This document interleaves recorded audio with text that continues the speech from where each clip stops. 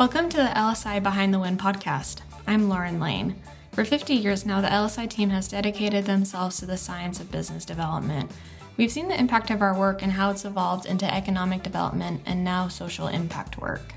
This week, Sean is going to tell me the stories of his grandfathers who served in World War II, how their attitude throughout the war made all the difference, and why having a positive attitude in the workforce is essential for success. This episode is the first of a new 4-part miniseries with Sean and I, and we hope you enjoy it. So, hi Sean, how's it going? Hey Lauren, I'm excited to be talking to you this morning. You and I have done a couple of episodes together, and we thought that to round out this year, we would do a Lauren and Sean series. We've got 4 episodes that we're planning to do together, and this is the first of 4. So, Lauren, welcome back.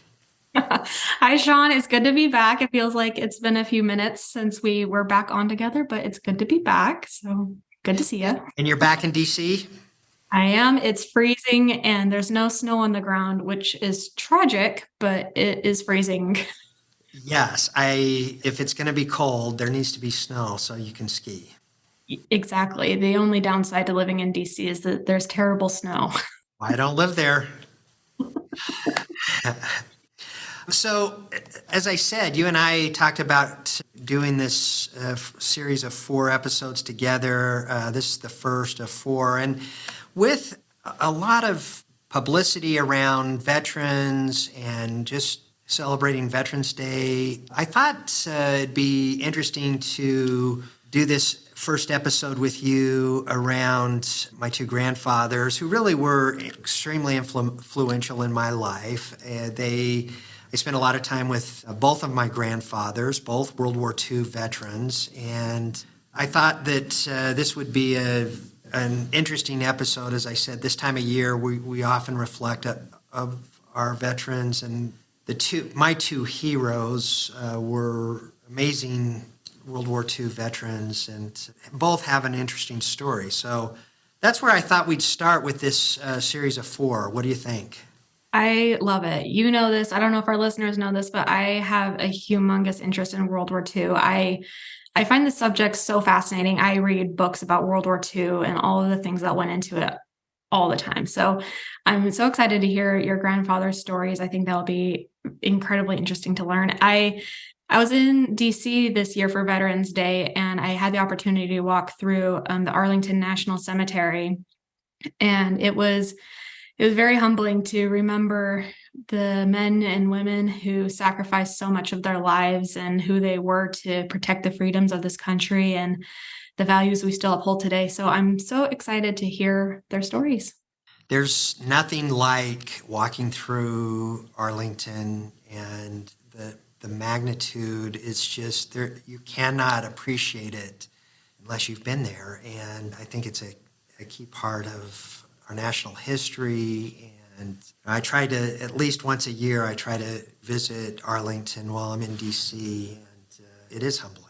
It is. I think she's a great aunt who's buried in Arlington, and she served during World War II, and I think it was one of the medical units. And so it's very touching, especially when you're in front of the Tomb of the Unknown Soldier. It's very powerful. So my grandfather's stories, which are just both of my grandfathers, as I said, we were very close, and I spent a lot of time with both of them growing up, and I really got a sense of their story serving in World War II. Both of them served in the Pacific. I think that for whatever reason, the Pacific campaign, a lot of those stories have been lost to history. I was so excited several years ago when Unbroken came out, and I love that book because, as we're going to talk about, really gave me a sense of what the Pacific campaign was like. And up until then, there really was not a lot of stories told about the Pacific. Most of the World War II stories were the European campaign. When Laura, I think her name's Laura Hildebrandt, wrote Unbroken, And I think it's been out a long time now. I mean, it's probably been out. It's been out for like 15 years. I think you're right. I mean, it has been out a long time, but I remember when it was first released and I read it. And somebody close to me had said, "You really need to read this book," and I loved it because of the how Laura Hildebrand talks about and really memorializes the Pacific Campaign. I agree. The first time I read it, I was shocked by the courage and resilience of the human spirit. Louis's story is one of the stories I don't think I'll ever be able to forget. I feel like the European theater of World War II is so often it's remembered more than the Pacific theater. I agree with that statement.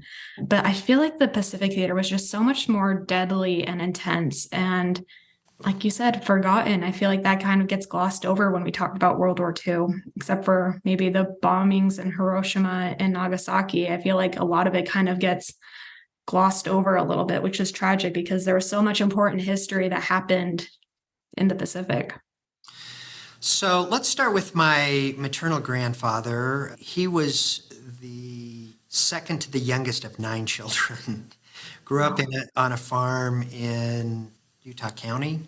And he told me this story of growing up on the farm. He was significantly younger than his oldest siblings. He had nephews that were older than him. He had 2 sisters that had several children by the time he was born. So, and then unbelievably, he had a younger brother as well. But he loved being outdoors, and a lot of my love of the outdoors came from my grandfather on my mom's side and her dad.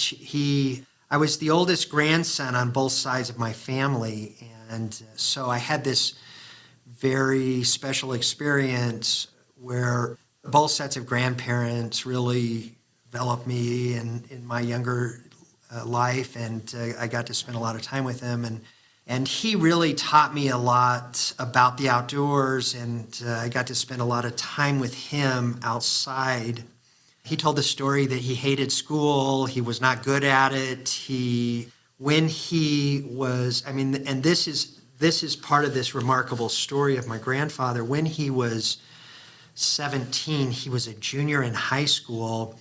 His older brothers had been serving in the war, and he went down to this recruitment office, and his English teacher, who knew him his whole life and knew that he was not 18, my grandfather signed up for the Army, and this officer knew that he was lying about his age and put him into the Army at the age of 17. So just that alone, I think is remarkable. And when I tell this, it's an interesting story that comes full circle.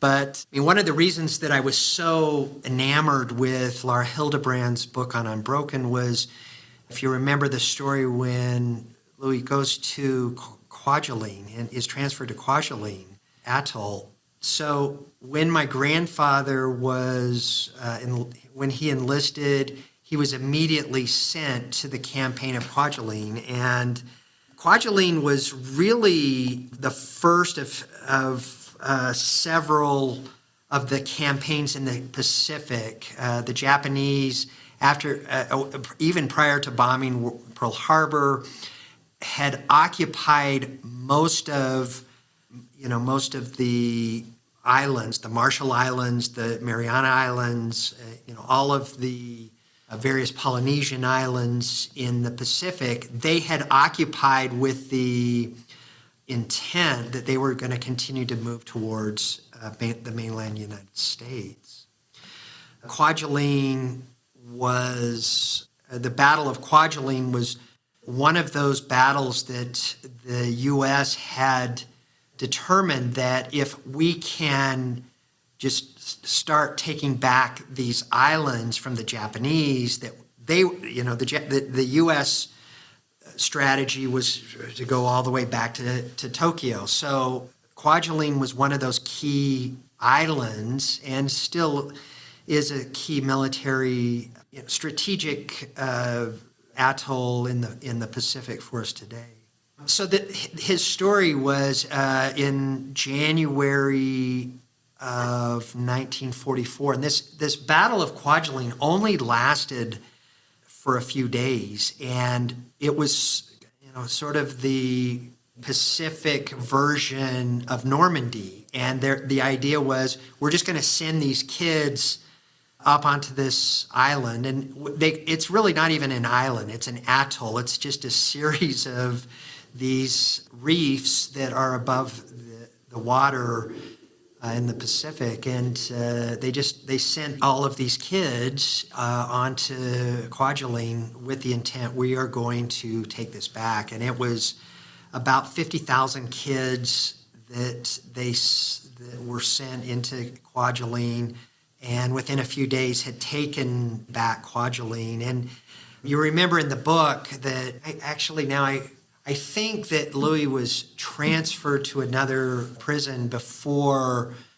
the U.S. had seized Kwajalein. I think that the Japanese knew or had heard that this was going to happen, and that they transferred him. But I mean, just the conditions of Kwajalein described in that book really gave me some sense of what my grandfather went through in that. And there were a lot of kids that died. It really was this trying to replicate the Normandy, the D-Day concept in the Pacific. I remember him telling me that, and he was in the 7th Infantry. So, I mean, this was a very famous infantry, and it's got really a long storied history in the U.S. Army. And I mean, it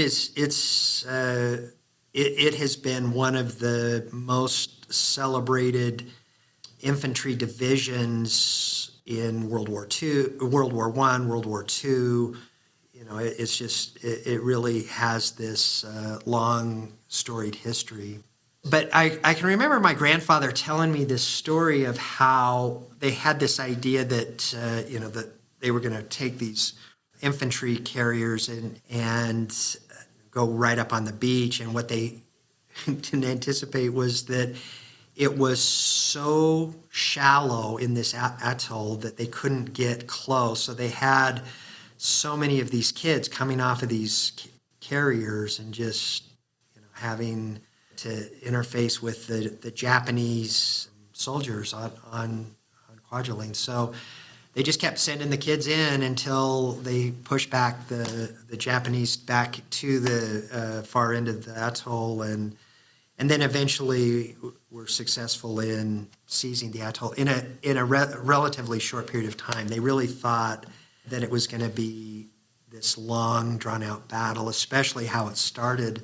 And there was thousands on both sides that were lost, but that's how my maternal grandfather started his career, and I think how incredible that must have been as a 17-year-old child, a teenager, that to go into battle like that and then spend the rest of the war. He spent several months on Kwajalein and then was transferred to some other islands with the 7th Infantry during World War II. So I'm fascinated by this campaign in the Pacific. As you and I have talked about, it really is, somehow some of these stories have been lost and really overshadowed by the campaign in Europe, which is unfortunate. Yeah, I cannot imagine I have an 18-year-old brother right now, and I cannot imagine having him go off to fight a war. I cannot imagine. He's so young, and I can't imagine. It's every time I read that these soldiers, the majority of them were like 18, 19, 20, 21, it blows my mind that this war was fought by Kids. children, essentially. Kids. That's right. This story with my grandfather, and really why I'm so enamored with him and why he's one of my heroes, and just so impressed with what he accomplished. So, dropped out of high school when he was 17. He lied about his age to get in and then goes to war. It's a miracle that he was not killed in the Battle of Kwajalein or some of the other battles of the 7th Infantry.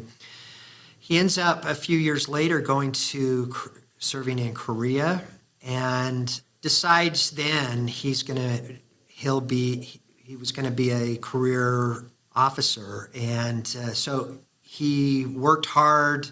And he ends up getting all of these certifications and is made an officer shortly after he served in Korea. And then for most of the 1960s, he was a Cold Warrior and was the program lead for the Nike missile program. And so he would go to all of these major cities across the United States, and he implemented and established the Nike missile program, which was the primary during the 1960s. It was the United States' primary defense program domestically against the Soviet Union. And so he had this very interesting career where all of his posts were in these major cities across the United States. He was stationed in San Francisco, on Angel Island. He was stationed in Wisconsin, where he had responsibility of Chicago and Madison and Detroit, all of the major Midwest cities.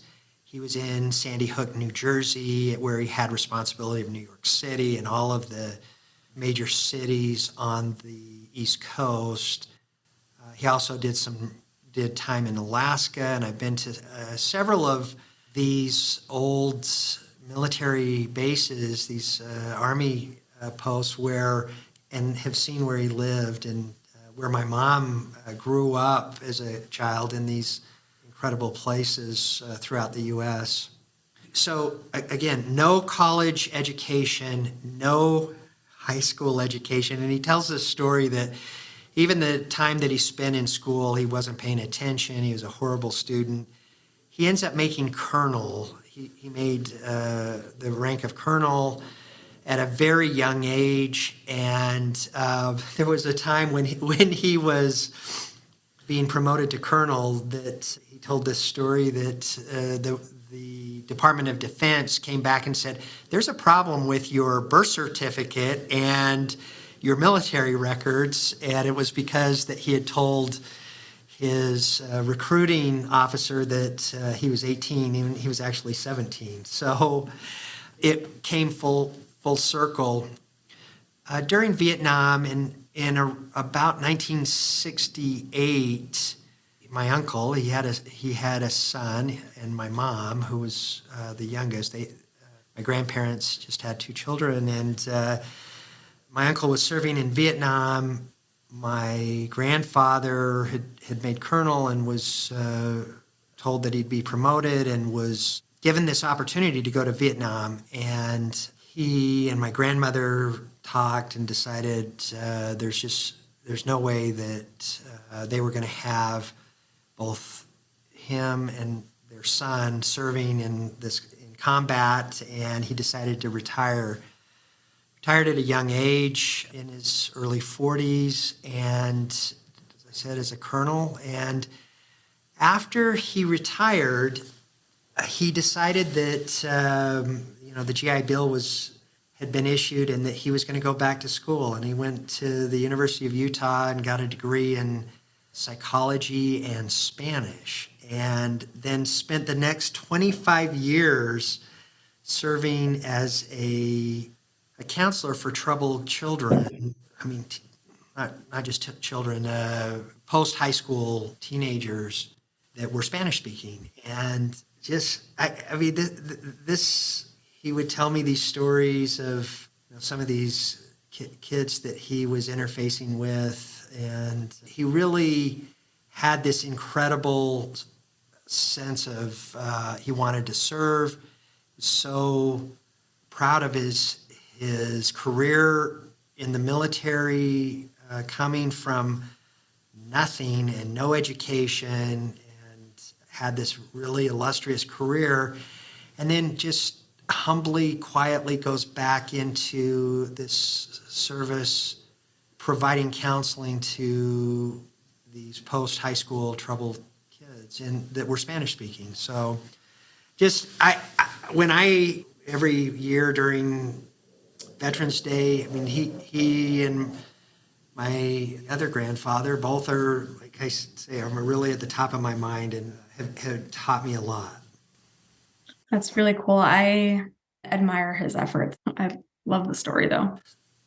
So my other grandfather that really also my hero and have patterned a lot of my life after, and I'd spent a lot of time with my father's dad as well, also has just an incredible story that some people have heard this story and has become folklore in the company. My paternal grandfather also grew up very poor. He grew up in the inner city of Salt Lake City. His parents were very poor, and his mom was ill most of his childhood, and he had an older sister that was 9 years older than him. Between his sister and his mom, they would take him and read to him, and he loved learning, loved school, but had decided that he wanted to be a pilot, loved aviation growing up, and had always thought he would be a pilot. During World War II, he enlisted and went to pilot school and ended up becoming a pilot and flew several different aircraft, B-24s and also B-29s. He was, spent most of the early days of the war in California and doing flight training, eventually went to Hawaii and was told that he was going to, in this other battle, we talked about the Battle of Kwajalein. One of the other significant battles of the Pacific was the Battle of Guam, which was a U.S. territory in the Mariana Islands. This was an ongoing battle since early in the war, but the Battle of Guam was, like I said, similar to the Kwajalein. There was going to be a full campaign, and the U.S. was going to take back Guam. So this happened shortly after the Battle of Kwajalein, a few months later in the summer of 1944. Also lasted only maybe 15 or 20 days. But he was sent on. There was this whole campaign by the U.S. to invade the Mariana Islands, and he was on one of the carriers in the Pacific flying B-29s. And I think this is also why I was so enamored with the story of Unbroken as well. And you remember Laura talking about how these planes, half of the soldiers, the pilots and the crew died because the planes were horrible. They were terrible. They're like floating semi trucks in the sky. Like, they're terrible. Exactly. And so, I'd never heard that previously. And I can remember reading that part of the book and thinking, oh my goodness, my grandfather flew these B-24s and B-29s and Needed alive in them. and survived it. But here's what's really incredible is that he was stationed on this aircraft carrier and prior to the invasion, and he was the pilot. He had a crew of 5 or 6. There was there were a lot of these aircraft produced. I mean, we think about today some of the large fleets of aircraft. I mean, there was 4,000 B-29s built by Boeing during World War II. And I mean, to put that in perspective, that's the same amount of aircraft that Lockheed has built for, I mean, the F-16. There was 4,000 F-16s that were built over a 25-year period or more. There was 4,000 B-29s built in 2 years during World War II. So he takes off on this from this aircraft carrier, goes into this battle, and is shot down. His plane is shot down on the beaches of Guam, and his crew dies. He was the only survivor of this crew, which I think was 6. Probably would have been 6 or 7. Yeah, I mean there was a bombardier and a navigator, and the entire crew dies. And he is somehow miraculously, the aircraft's on fire, and miraculously American soldiers were on the beach, saw the plane go down. They go in and pull him out. He had broken every bone in his body, was burned. The lower part of his body was burned. He was in terrible shape. They did first aid, and he ends up being shipped back to the United States and spends the rest of the war in Fitzsimmons Hospital outside of Denver, Colorado. Here's the remarkable thing. His parents were told that he died in the war. They only had one son. They had 2 children. They had his sister, who was 9 years older than him.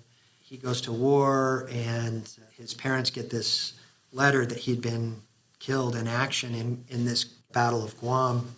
Nearly 3 months later, when he's finally has recovered enough to write a letter to his parents, that they find out that he was not killed in action. Talk about a shock of a lifetime.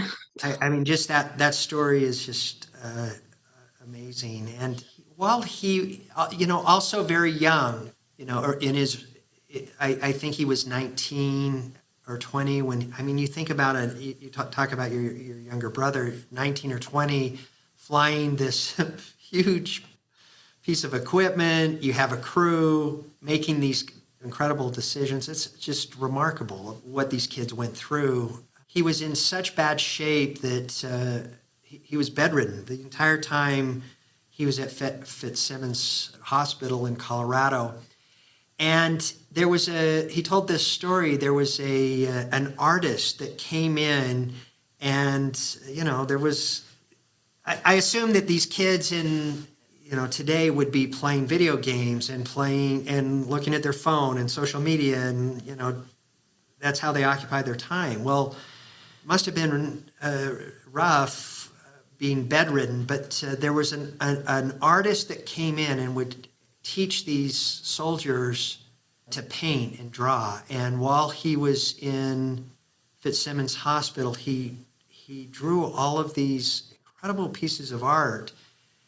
And I have this piece that he did of where he drew this woman, this artist that was teaching them how to paint and draw. And my grandmother, before she died, framed this piece of art, and it was hung in their house. And then when my grandfather passed away, he wanted me to have this picture of this artist that he had drawn in Fitzsimmons while he was recovering from the war. So, and that hangs in my house today. But it's part of the story that I thought was interesting.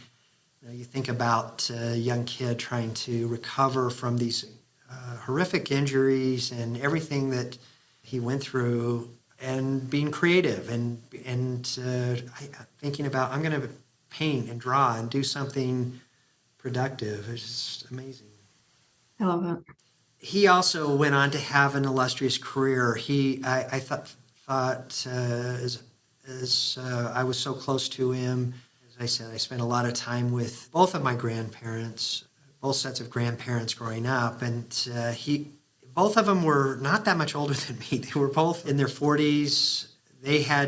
Both of my sets of grandparents had kids when they were young, and then My parents had me when they were very young, and so I was only 40 years younger than my grandmother and about 45 years younger than my grandfather. So I remember him being young and still working hard. But he only wanted to fly. It was his lifelong goal, and he couldn't fly with all of the injuries that he sustained in the Battle of Guam. But he ends up going back to work for the Department of Defense as a civilian, and then by that time, what was the Army Air Corps had been renamed the Army Air Force, and he went on to have this incredible career. And he just decided, if I cannot fly aircraft, I want to be around them, and became this incredible air traffic executive and did flight operations for Hill Air Force Base in Utah for many years, and as a civilian working for the Air Force. And he was sort of discovered by this individual that said, "You're wasting your time down there in flight operations. I'm going to bring you into material management, and I'm going to teach you how to be a logistician." He also went on to do incredible things. He eventually got a degree from the University of Utah, and then he went to UC Berkeley and got a master's degree in public administration Wow. in the 1960s, and eventually became one of the leading executives in the Air Force. At that time, the promotion structure of civilians was different, but ended up becoming a GS-16, the equivalent of an SES today, the civilian equivalent of a general officer. He went on to, at a fairly young age, went on to write a lot of the policies of, at that time, Air Force Logistics Command, AFLC, and then eventually became the director of material management for Hill Air Force Base, which was a remarkable accomplishment. He then retires at the age of 48 from the Air Force after serving in the war, having this incredible civilian career. And he and four other of his partners found Logistic Specialties, and which would then become LSI and what it was today. So he went on to have this amazing career as well. I think what is just incredible about both of these individuals who I admire so much, and there really are not a lot of people in my life that I have patterned my life after, and really they have been my heroes. But these two individuals in my life had more influence, more impact on me than maybe any other two individuals that I've interfaced with. And what I think is incredible about both of these individuals, who I just adore and think about often still. I mean, they've both been gone for a long time now, but think about often, is that they had this amazing attitude, and both of them had incredible adversity in their lives, physical, clearly emotional challenges from the war. My maternal grandfather served in multiple wars, and yet they overcame this. They came from such incredible poverty. When I say impoverished, they came from nothing. Both had nothing, and became very successful individuals in a myriad of careers, and really achieved a lot of amazing things, overcoming this adversity. And I think a lot of it was attitude. I am shocked at how much I think attitude holds somebody back. And a lot of success, a lot of my success, the success that I see of others, the foundation is your attitude. And a lot of times we talk about win strategy and win themes and these campaigns that we work in our business. And I have so often seen these major campaigns that we have worked that have had on paper, it looks good. It looks like a solid strategy. And the attitude of the team, the belief of winning just isn't there. And they lose because of, I think, attitude more than anything. If there's anything that I could convey to our team and to our clients, it really is that a winning strategy starts with your attitude and your commitment to win no matter what adversity that you have. I talked to a member of our team not long ago who was giving me this story of, we've got all of this adversity. We've got adversity organically. We've got adversity with the client. We've got adversity with the program. And I said, this is your job. This is your job. And how you approach this is whether you're going to be successful or not. And it'll be interesting to see what happens with this individual. So as we start this Sean and Lauren series over the next several weeks, I thought this would be a good place to start talking about this time of year, obviously, in remembering our veterans, these two heroes of mine, and just their attitude. They were always happy. They were always smiling. They were always, no matter what. I was going to mention one other thing. My paternal grandfather, my grandfather that served in Guam, his plane was shot down on the beaches of Guam. He lost his wife to leukemia when she was 53, and spent 12 years taking care of her, running this business, and he was always happy. He always showed up with this incredible attitude, no matter what. And if we could learn something from the past, the greatest generation, maybe it's part of the mythology of this greatest generation, but it seemed like that greatest generation, they were happy. They had a great attitude, and that they were going to accomplish whatever they set their mind out to accomplish, and that they could overcome any adversity. And I don't know, was it the war that gave them that attitude? Facing the adversities of war and overcoming all of those adversities and eventually victorious. I don't know, but it's something that I think about a lot. And if I could impress any one trait on our team, and this is the foundation for your success, it is attitude.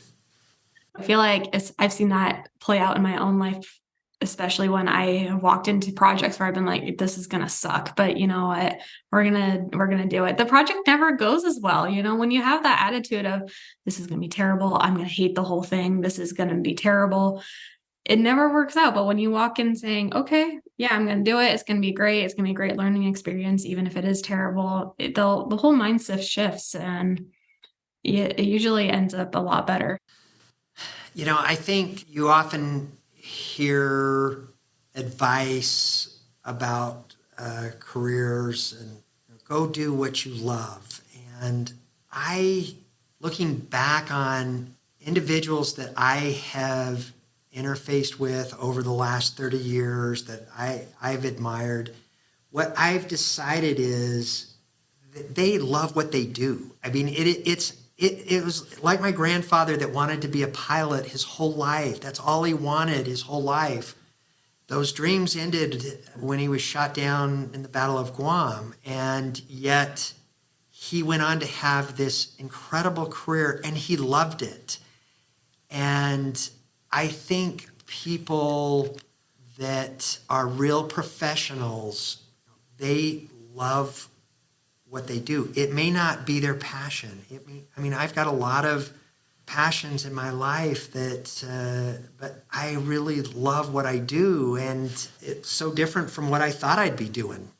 It's stage of my career. But I think that that's part of this attitude is that you develop a love for what you do. And people that go through the motions oftentimes it's evident. It is evident. Okay, so well, I'm excited about this series, Lauren. We've got some other great episodes. I thought this was a good place to start. Any other thoughts that you have?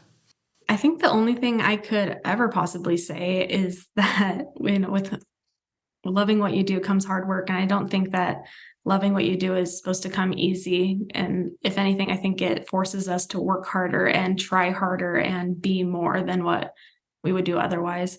So if it feels hard, that probably is a good sign.